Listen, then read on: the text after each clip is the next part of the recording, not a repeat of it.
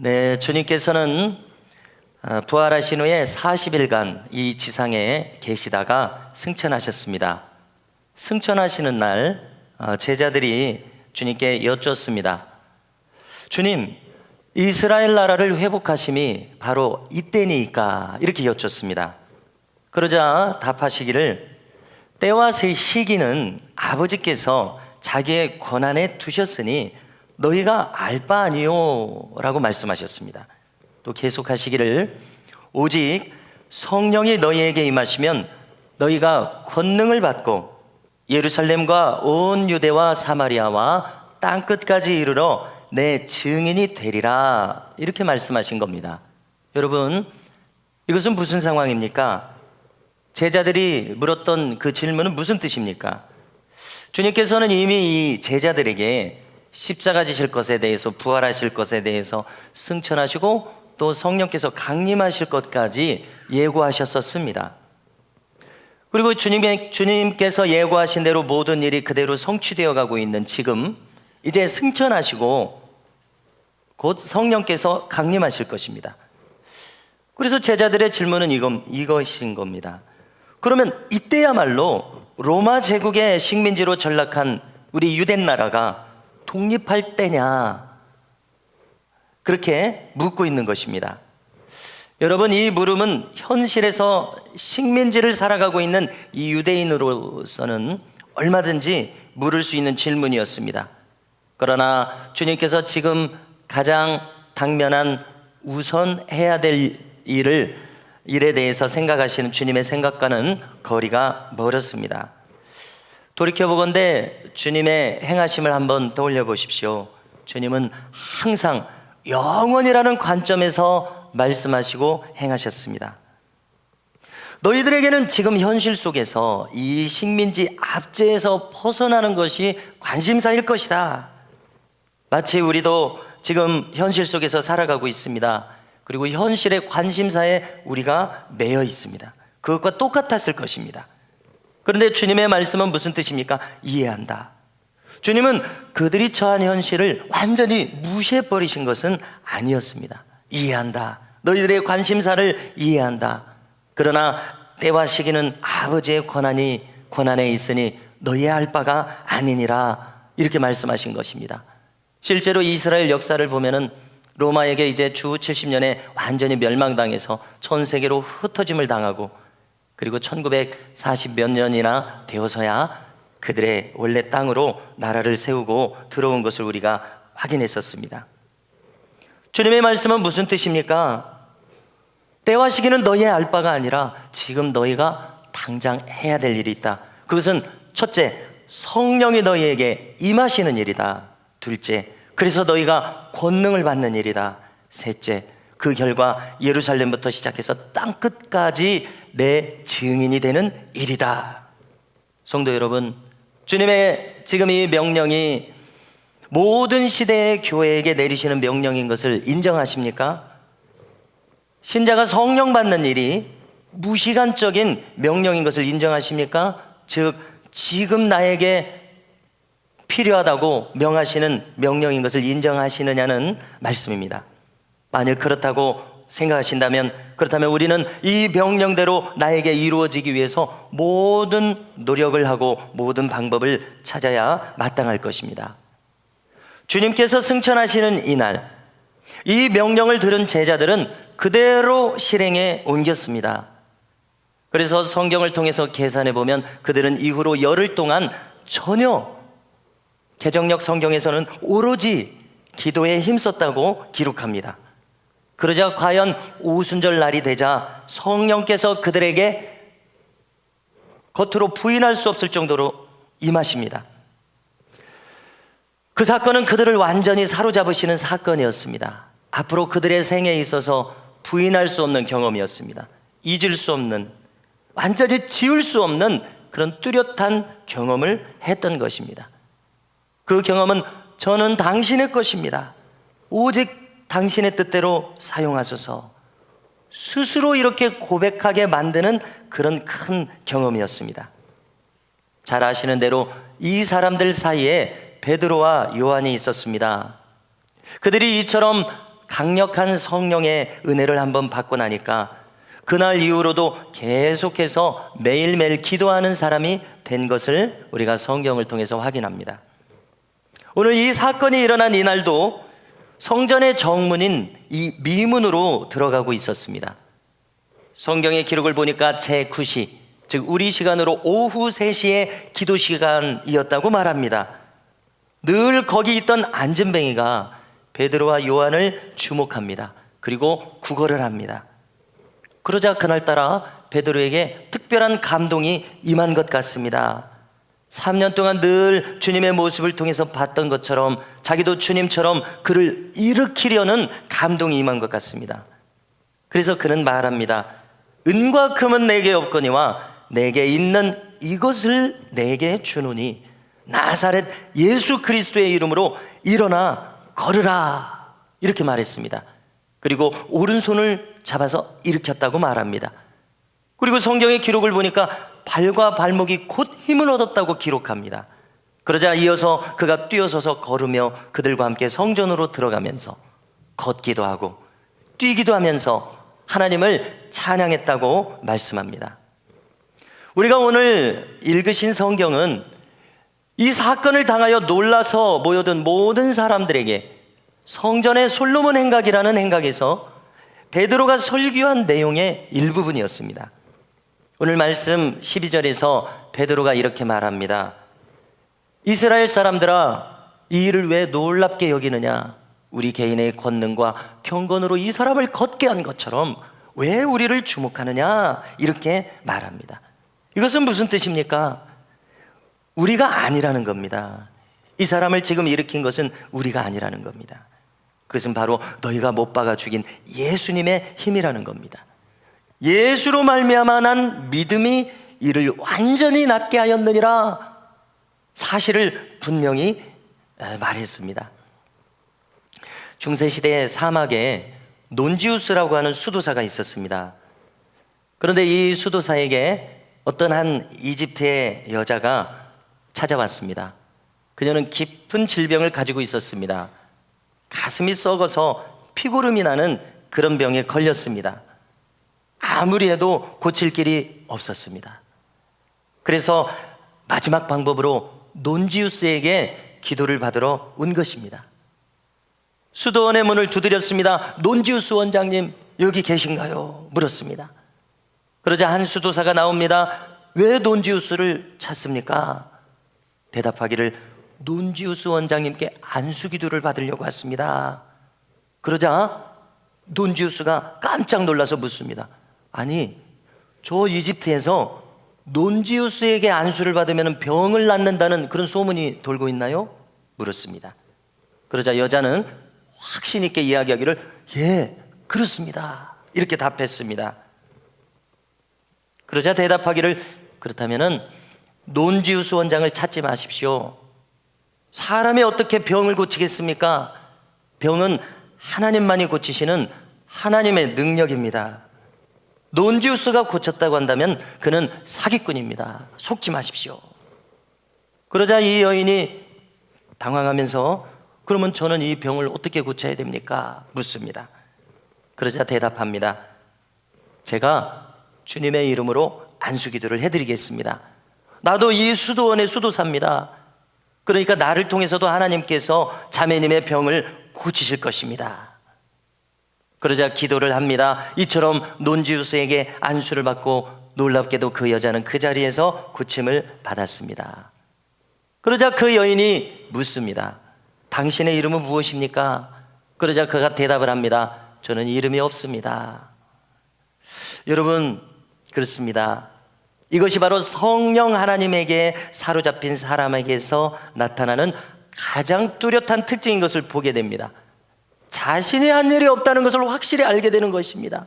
다만 그가 안수하여 통로가 되었다는 것 외에는 자신의 능력이 아니라는 것을 확실히 압니다. 오직 하나님께서 하신 일임을 압니다. 베드로가 오늘 성전에서 사람들에게 말한 것이 바로 이것이었습니다. 성령 강림으로 그에게 일어난 첫 번째 현상이 바로 이것이었습니다. 내가 아니라는 것이죠. 분명히 이것은 하나님이 하셨다는 겁니다. 오늘 말씀을 보니까 베드로는 계속 말합니다. 19절 이하를 보니까 이렇게 말합니다. 사람들에게 그러므로 너희가 회개하고 돌이켜 너희 죄 없이 함을 받으라. 이같이 하면 새롭게 되는 날이 주 앞으로부터 이를 것이요 또 주께서 너희를 위하여 예정하신 그리스도 곧 예수를 보내시리니. 이렇게 말합니다. 여러분, 이것은 무슨 뜻이겠습니까? 이것은 지금 자신에 대한 설명입니다. 동시에 이 말을 듣는 백성들을 향한 간곡한 권면입니다. 이 사람이 지금 걷게 된 것은 성령을 받은 결과였습니다. 그런데 성령을 어떻게 받았습니까? 지난 10일 동안 제자들이 전혀 기도에 힘썼기 때문입니다. 저와 함께 이들이 전혀 기도에 힘쓰는 상황을 한번 떠올려 보십시오. 어떤 상황이겠습니까?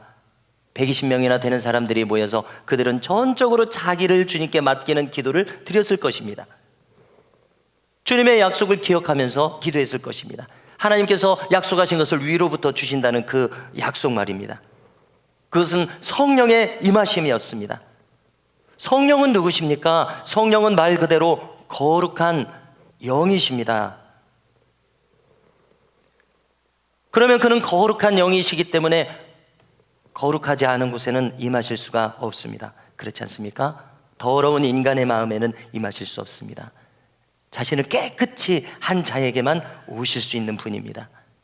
그러므로 우리는 생각해 볼 수 있습니다. 그들은 10일 동안 전혀 기도에 힘쓰면서 자신을 돌아보았을 것입니다. 자신을 깨끗이 하기에 힘썼을 것입니다. 이것을 경험한 베드로가 지금 성전 앞에 사람들에게 말하는 겁니다. 당신들도 마찬가지입니다. 당신들도 회개하고 돌이켜서 죄 없이 함을 받으십시오. 그러면 새롭게 하는 날이 오게 될 것입니다. 즉 성령께서 임하실 것입니다. 그 성령은 곧 예수님이십니다. 예수님께서 임하실 것입니다. 이렇게 이야기하고 있는 것입니다. 성도 여러분, 우리도 마찬가지일 것입니다.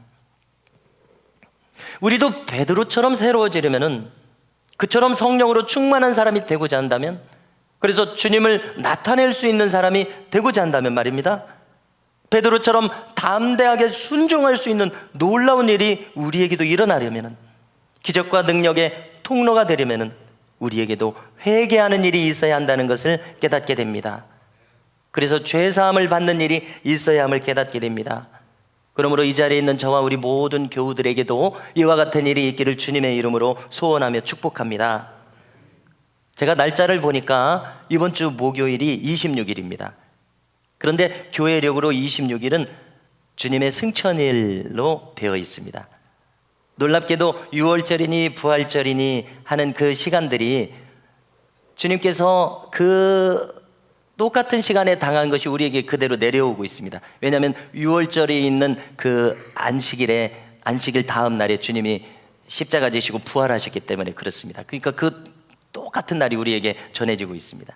주님은 40일 동안 세상에 계셨으니까 올해 부활절로 따지면은 5월 26일쯤 이제 승천을 하시는 겁니다. 계산을 해보니까요. 그러면 그 후로 10일을 한번 계산을 해보십시오. 그러면 6월 5일이 됩니다. 그러면 이 6월 5일은 올해의 성령 강림절이 되는 겁니다. 여러분들은 혹시 생각해 본 적이 없으십니까? 저는 생각해 본 적이 있습니다. 나도 성령을 받고 싶은데 그러면 제자들처럼 기도하면 받게 되지 않을까, 이렇게 한번 생각해 본 적이 있습니다. 제자들은 구체적으로 10일 동안 저녁 기도에 힘썼습니다. 혹시 여러분들도 그런 생각 해본 적이 없으십니까? 나도 제자들처럼 10일 동안 기도하면 성령을 받을 수 있으려나? 올해 한번 시도해 보시면 어떻겠습니까? 제자들은 마가의 다락방에 모여서 함께 기도했습니다. 만약 올해도 하고자 하신다면 교회에 나와서 한번 기도해 보십시오. 거리가 멀고 여러 가지가 어려우면 집에서 한번 해보십시오. 조용한 시간을 가지시면서요. 또 직장 생활이 바쁘실 수 있을 것입니다. 하루 종일 일해야 되니까 아침에 한번 간절한 마음으로 기도해 보십시오. 집중해서 기도할 수 있으면 더 좋겠지요. 이 제자들처럼 말입니다. 우리가 지나간 교회 역사 속에서 앞서간 성도들은 작정 기도를 했습니다. 모세가 시내산에서 40일 동안 금식 기도한 것을 이제 모델로 삼아서 40일 동안 작정 기도하는 성도들이 많았었습니다. 그런데 오늘 우리들이 사도들의 이 모델을 따라서 10일 동안 작정 기도를 할 수 있을 것입니다. 올해 한번 해보시면 어떻겠습니까? 그들이 모여서 기도할 때 성령께서 이처럼 임하셨습니다. 그러므로 교회에서 모여서 기도하는 것이 참 중요하구나 하는 것을 엿보게 됩니다. 함께 모여서요. 혼자 기도하는 것보다도요. 그런데 제가 가만히 생각해 보니까 우리가 주일에 모여서 이처럼 성령 받는 이러한 경험을 하는 것이 쉽지는 않습니다. 오늘 현대인의 교회 생활에서요. 우리가 기도할 수 있는 시간, 맘 놓고 기도할 수 있는 시간은 가만히 보니까 금요기도회입니다. 그 앞에 이틀 전에 금요기도회가 6월 3일입니다. 그날에 맞춰서 만일 10일 동안 작정 기도를 하시고자 한다면요, 제가 미리 계산을 해봤습니다. 오늘이나 내일 화요일쯤 그 작정 기도를 시작하시면 됩니다. 그럼 한 10일쯤 됩니다. 금요기도회에 맞춰서. 그러면 올해 나도 이처럼 한번 성령의 불세례를 받고 싶다, 이러한 마음을 가지고 기도를 작정하신다면요, 금요기도회에 이렇게 나오시는 겁니다. 한 10일쯤 이렇게 기도하시고요. 그리고 나에게도 성령을 주셔서 간절히 기도하면 제자들처럼 우리들에게도 주시리라 생각을 합니다. 왜냐하면 하나님께서는 주시고자 하시는 분이십니다. 막 인색하게 아끼면서 안 주시려는 분이 아니라 원하는 자에게 주시는 하나님이라고 성경은 말씀하고 있습니다. 그리고 내가 준비되면 주시는 하나님이십니다. 여기 120문도가 모였을 때 저희가 다 성령의 충만함을 받았다고 했습니다. 그러므로 원하는 자에게는 누구에게나 다 주시는 것을 알 수가 있습니다. 나에게도 성령을 주소서. 왜 이렇게까지 생각을 해보게 됩니까? 성령을 받기 위해서 그렇습니다. 성령 받는 일이 중요하기 때문에 그렇습니다. 여기 있는 제자들처럼 나를 하나님께 내놓고 전혀 기도에 한번 힘써보는 기회를 가져보는 겁니다. 나를 돌이켜 회개에 힘쓰는 기회를 가지는 겁니다. 그러면 주님께서는 약속하신 것을 주시는 주님이실 것이라는 겁니다. 오늘 말씀을 통해서 우리는 베드로의 모습에서 특이한 것을 발견하게 됩니다. 그 이전의 베드로의 모습과 달라진 모습을 발견하게 됩니다. 자, 오늘 읽은 성경의 그 다음 구절들을 보면 4장 초반에서 그날 말씀을 전한 결과 이날 하루에만 남자만 5,000명이나 더 새로 믿게 되었다, 이렇게 기록합니다. 참 놀라운 일이지 않습니까? 베드로는 두려움 없이 하나님께서 분명히 행한 것을, 주신 것을 말씀하고 설명하고 전했습니다. 두려움 없이 행했습니다. 이것이 베드로에게 달라진 것입니다. 그 결과 그 시간으로 그들은 공회에 체포되어 갑니다. 돌이켜보십시오. 주님께서 잡히시던 날 밤 베드로는 참으로 비겁자였습니다. 그는 수제자답게 많은 제자들 앞에서 호언장담했었습니다. 다 부인할지라도, 다 떠나갈지라도 자신만은 그렇지 않겠다고 호언장담했었습니다. 그러나 그 큰 패기는 사라져버리고 저주하면서 주님을 부인했던 그 나약함에 사로잡혔던 사람이 베드로였습니다. 그러나 오늘은 달랐습니다. 왜 그렇습니까? 그가 성령에게 완전히 사로잡힌 사람이 되었기 때문에 그렇습니다. 그러므로 저는 우리 모두가 성령을 받아야 될 또 다른 이유가 바로 이것이라고 생각합니다. 주님께 온전히 사로잡혀서 담대하고 거침없이 신앙으로 살아가는 모습 말입니다. 성경에 신부단장이라는 말이 있습니다. 요한계시록 21장 2절에 나오는 말입니다. 자, 제가 찾아왔는데요. 또 내가 보매 거룩한 성 새 예루살렘이 하나님께로부터 하늘에서 내려오니 그 준비한 것이 신부가 남편을 위하여 단장한 것 같더라 말씀합니다. 여기 이 새 예루살렘은 무엇입니까? 그냥 천국이라고 생각하면 되겠습니다. 그런데 이 모습은 지금 천국이 결혼식 날에 준비된 신부처럼 단장했다는 것입니다. 무슨 뜻입니까? 자, 생각해 보면요, 첫째, 참 황송하고 좀 분에 넘치게도 천국이 나를 위해서 준비됐다는 말씀입니다. 그렇지 않습니까? 근데 이제 우리가 수용하기에는 좀 분에 넘치는 개념인 것은 분명합니다. 자, 그런데 둘째로요, 우리가 익숙한 성경의 생각이죠. 한편으로는 내가 신부로 아름답고 예쁘게 단장되어서 신랑이신 예수님께로 인도되는 장면이기도 합니다. 왜냐하면 그 예루살렘 성의 성민으로 나를 삼으시기 때문에 그렇습니다. 그래서 신부가 되어서 신랑이신 예수님께 인도되는 장면이라는 것이죠. 사도 바울은 자신이 지금 행하고 있는 사역을 한마디로 요약했었습니다. 고린도후서 11장 2절을 보니까요, 바울은 이렇게 말합니다. 내가 하나님의 열심으로 너희를 위하여 열심을 내노니 내가 너희를 정결한 처녀로 한 남편인 그리스도께 드리려고 중매함이로다. 이렇게 자기의 사역을 한마디로 이렇게 비유해서 요약하고 있습니다. 신랑과 신부, 남편과 아내, 성경에서 성도와 하나님 사이를 나타내는 많이 사용하는 비유 아닙니까? 사도 바울은 자기가 하는 일이 바로 그 일이라는 겁니다. 아름답게 신부로 단장해서 신랑이신 남편 예수님과 맺어주는 것이 자기 지금 하는 일이라는 겁니다. 그러면 성도 여러분, 신앙생활이 뭡니까? 한마디로 내가 정결한 신부로 아름답게 단장되는 것을 뜻함을 깨닫게 됩니다. 이런 의미에서 아가서를 살펴보려고 하는데요, 아가서는 그 직설적인 표현이 많이 있어서 많은 논란 끝에 유대인들이 서기 1세기에 구약 성경에 넣을 거냐 말 거냐 많은 논란 속에서 겨우 성경에 그럼 넣읍시다 이렇게 결정된 성경입니다. 이 아가서를 보면은 솔로몬의 이야기가 나옵니다. 솔로몬은 아가서 6장 8절에서 이렇게 말합니다. 자기가 지금 왕비가 60명이요, 후궁이 80명이요, 시녀가 무수하되 셀 수 없다는 것입니다. 성경 다른 곳에는 1000명이나 된다고 이야기했습니다. 여러분, 얼마나 놀랍지 않습니까? 얼마나 왕비가 아름다운 사람들이었겠습니까? 주변 국가로부터 정략 결혼을 해서요. 후궁도 80명이나 됩니다. 이런 사람입니다. 그런데요, 이렇게 많은 아내를 가졌는데요, 하루는 이 레바논의 어떤 포도원에 시차를 나갑니다. 그 레바논의 포도원은 술람미라고 하는 여인의 가족이 명령을 받고 경작을 하고 있었습니다. 그런데 이 어떤 상황인가 하면은 엄마하고 오빠 둘이 있는데 맨 이 막내딸인 술람미한테만 일을 시키는 겁니다. 그래서 그 결과 뙤약볕에서 일하니까 술람미가 얼굴이 새카맣게 타버렸습니다. 게달의 장막 같다고 이야기합니다. 그것은 바로 피부가 흑인처럼 새카맣다는 의미입니다. 그런데 가만히 솔로몬이 와서 시찰하면서 보니까 이 술람미는 자기에게 맡겨진 일을 똑부러지게 억척스럽게 막 해내는 그런 씩씩한 소녀였습니다. 그래서 아가서 6장 10절을 보니까 이렇게 말합니다. 아침빛같이 뚜렷하고 달같이 아름답고 해같이 맑고 깃발을 세운 군대같이 당당한 여자가 누구인가, 이렇게 지금 술람미 여인을 보고 말하는 것입니다. 이런 술람미 여인의 모습을 보고 솔로몬이 한눈에 반해버린 것을 성경을 통해서 알 수 있습니다. 그래서 그는 말하기를요, 아가서 6장 9절을 보니까 이렇게 말합니다. 내 비둘기, 내 완전한 자는 하나뿐이로구나. 그는 그의 어머니의 외딸이요, 그 낳은 자가 귀중하게 여기는 자로구나. 여자들이 그를 보고 복된 자라 하고 왕비와 후궁들도 그를 칭찬하는구나, 이렇게 말합니다. 여기 지금 이 시찰에 왕비와 후궁들도 엄청나게 대동을 했나 봅니다.